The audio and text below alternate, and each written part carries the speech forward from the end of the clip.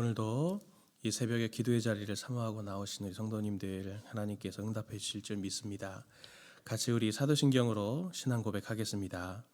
전능하사 천지를 만드신 하나님 아버지를 내가 믿사오며 그 외아들 우리 주 예수 그리스도를 믿사오니 이는 성령으로 잉태하사 동정녀 마리아에게 나시고 본디오 빌라도에게 고난을 받으사 십자가에 못 박혀 죽으시고 장사한 지 사흘 만에 죽은 자 가운데서 다시 살아나시며 하늘에 오르사 전능하신 하나님 우편에 앉아 계시다가 저리로서 산자와 죽은 자를 심판하러 오시리라. 성령을 믿사오며 거룩한 공예와 성도가 서로 교통하는 것과 죄를 사하여 주시는 것과 몸이 다시 사는 것과 영원히 사는 것을 믿사옵나이다. 아멘. 우리 찬송 446장 찬송하겠습니다.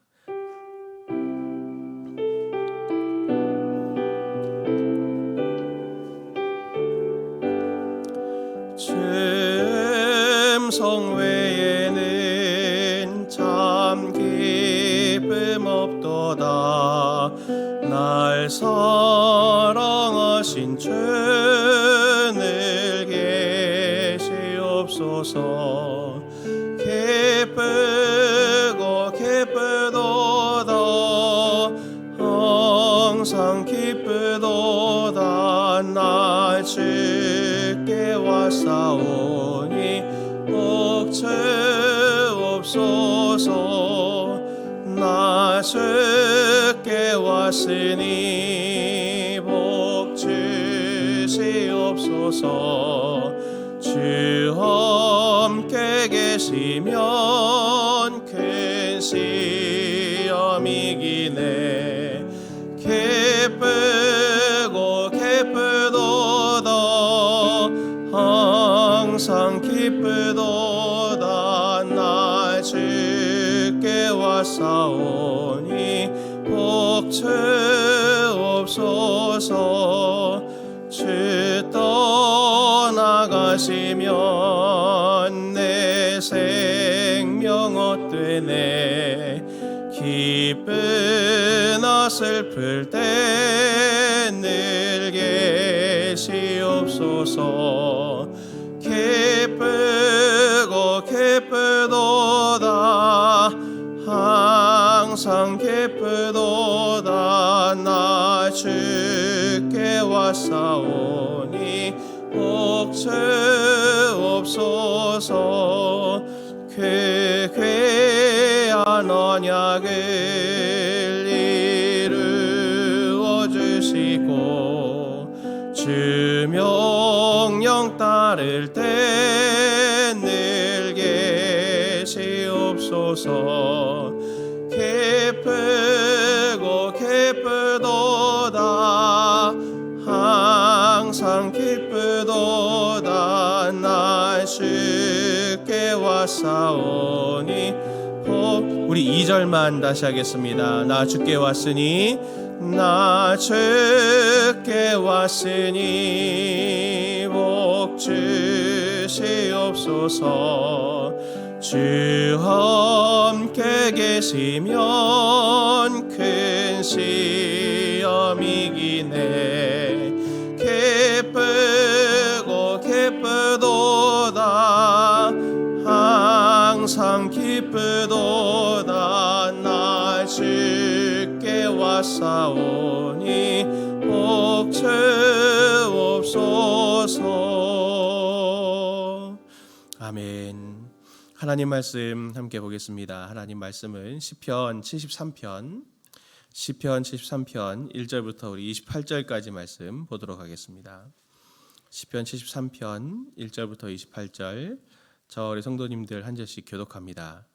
하나님이 참으로 이스라엘 중 마음이 정결한 자에게 선을 행하시나 나는 거의 넘어질 뻔하였고 나의 걸음이 미끄러질 뻔하였으니 이는 내가 악인의 형통함을 보고 오만한 자를 질투하였음이로다. 그들은 죽을 때에도 고통이 없고 그 힘이 강건하며 사람들이 당하는 고난이 그들에게는 없고 사람들이 당하는 재앙도 그들에게는 없나니 그러므로 교만이 그들의 목걸이요 강포가 그들의 옷이며 살찜으로 그들의 눈이 솟아나며 그들의 소득은 마음의 소원보다 많으며 그들은 능욕하며 악하게 말하며 높은 데서 거만하게 말하며 그들의 입은 하늘에 두고 그들의 혀는 땅에 두루 다니도다. 그러므로 그 백성이 이리로 돌아와서 잔에 가득한 물을 다 마시며 말하기를 하나님이 어찌하랴 지존자에게 지식이 있으랴 하는도다. 볼지어다 이들은 악인들이라도 항상 평안하고 재물은 더욱 불어나도다. 내가 내 마음을 깨끗하게 하며 내 손을 씻어 무죄하다 한 것이 실로 헛되도다. 난 종일 재난을 당하며 아침마다 징벌을 받았도다. 내가 만일 스스로 이르기를 내가 그들처럼 말하리라 하였더라면 나는 주의 아들들의 세대에 대하여 악행을 행하였으리이다. 내가 어쩌면 이를 알까 하여 생각한즉 이것이 내게 심한 고통이 되었더니 하나님의 성소에 들어갈 때에야 그들의 종말을 내가 깨달았나이다. 주께서 참으로 그들을 미끄러운 곳에 두시며 파멸에 던지시니 그들이 어찌하여 그리 갑자기 황폐되었는가. 놀랄 정도로 그들은 전멸하였나이다. 주여 사람이 깬 후에는 꿈을 무시함같이 주께서 깨신 후에는 그들의 형상을 멸시하시리이다. 내 마음이 산란하며 내 양심이 찔렸나이다. 꿈의 무지함으로 주 앞에 짐승이오나 내가 항상 주와 함께하니 주께서 내 오른손을 붙드셨나이다. 주의 교훈으로 나를 인도하시고 후에는 영광으로 나를 영접하시리니 하늘에서는 주 외에 누가 내게 있으리요 땅에서는 주밖에 내가 사모할 리 없나이다. 내 육체와 마음은 쇠약하나 하나님은 내 마음의 반석이시요 영원한 분깃이시라. 무릇 주를 멀리하는 자는 망하리니 음녀같이 주를 떠난 자를 주께서 다 멸하셨나이다. 하나님께 가까이함이 내게 복이라. 내가 주 여호와를 나의 피난처로 삼아 주의 모든 행적을 전파하리이다. 아멘. 오늘 시편 말씀은 시편 49편과 짝을 이루는 말씀입니다. 시편 저자가 하나님께 큰 시험에 빠지죠. 조금 길지만 세번역으로 한번 좀 오늘 본문들을 좀 많이 살펴보도록 하겠습니다. 시편 저자는 악인의 평안함을 넘어서 악인의 그 형통함을 보면서 두 가지로 실망을 하는 걸 볼 수 있습니다. 첫 번째는 하나님께 대한 실망입니다. 거만한 자, 악한 자들이 어쩜 그렇게 평안과 복을 받을 수 있는가 하는 것을 보면서 하나님께 실망하고 있습니다. 1절부터 8절까지 말씀 보면 하나님은 마음이 정직한 사람과 마음이 정결한 사람에게 선을 베푸시는 분이건만 나는 그 확신을 잃고 넘어질 뻔했구나. 그 믿음을 버리고 미끄러질 뻔했구나.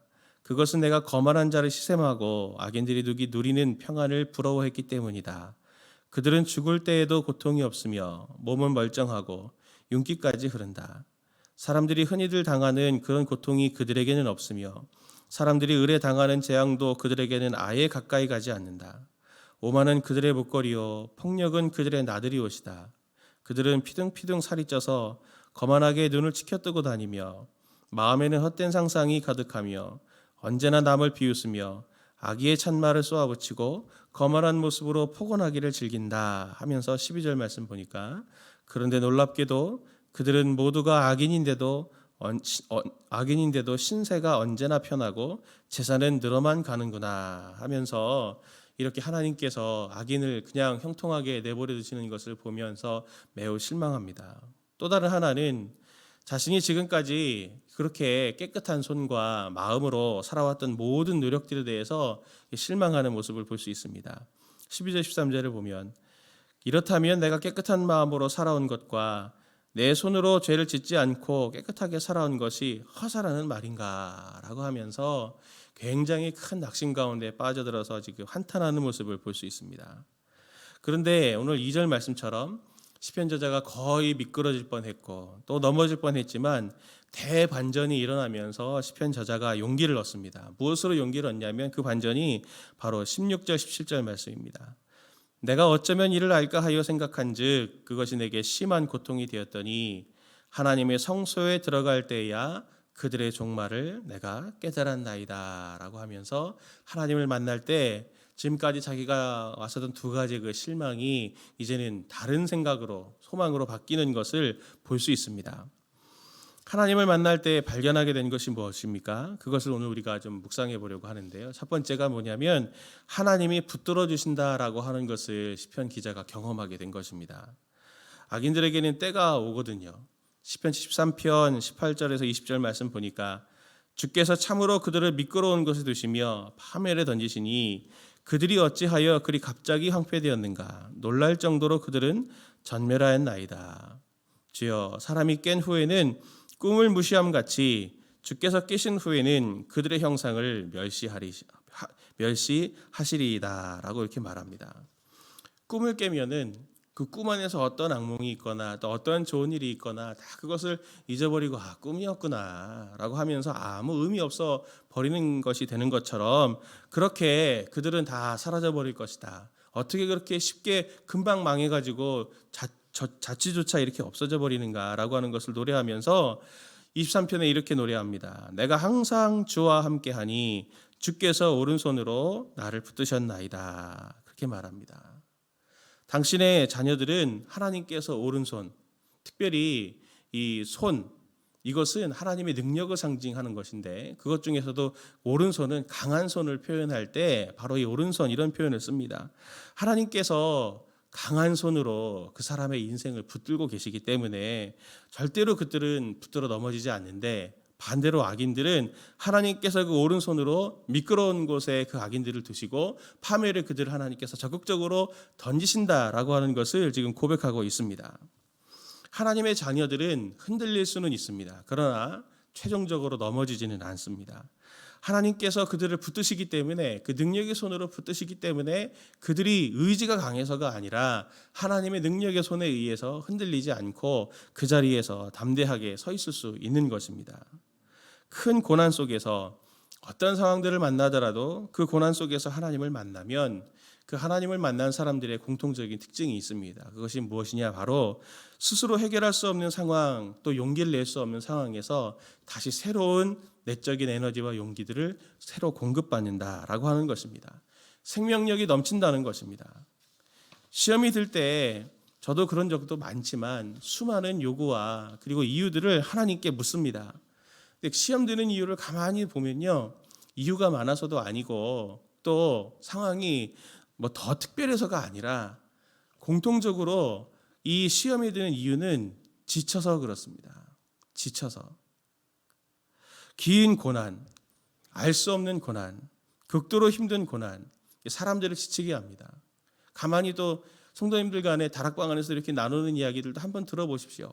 들어보면 다 성도님들의 고난은 죽을 만큼 어려운 고난이고 죽을 만큼 힘든 고난이거든요. 어떤 분들에게는 저게 무슨 고난일까?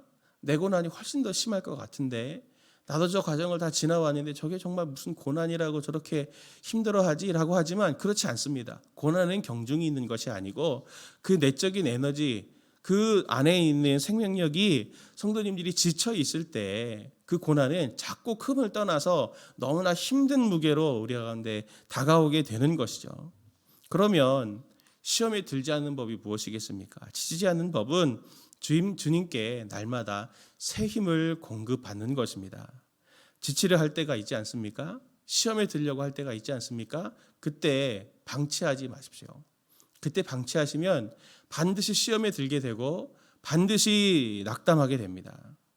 지치려고 할 때, 시험에 들려고 할 때 우리는 기도의 자리를 확인하고 하나님을 만나는 자리를 확인해서 그분께 나아가서 그분과의 교제로 새 힘을 공급받고 그분의 힘으로 내가 살아가고자 하는 간구를 하나님 앞에 올려드리는 것이 지혜입니다. 시편 저자처럼 악인의 승승장구에 낙담해 있는 자들에게 하나님이 말씀하십니다. 로마서 12장 19절 말씀 보면 내 사랑하는 자들아 너희가 친히 원수를 갚지 말고 하나님의 진노하심에 맡기라. 기록되었을 때 원수 갚는 것이 내게 있으니 내가 갚으리라고 주께서 말씀하시니라. 오늘 시편 저자도 18절 19절에서 말씀합니다. 주께서 참으로 그들을 미끄러운 곳에 두시며 파멸에 던지시니 그들이 어찌하여 그리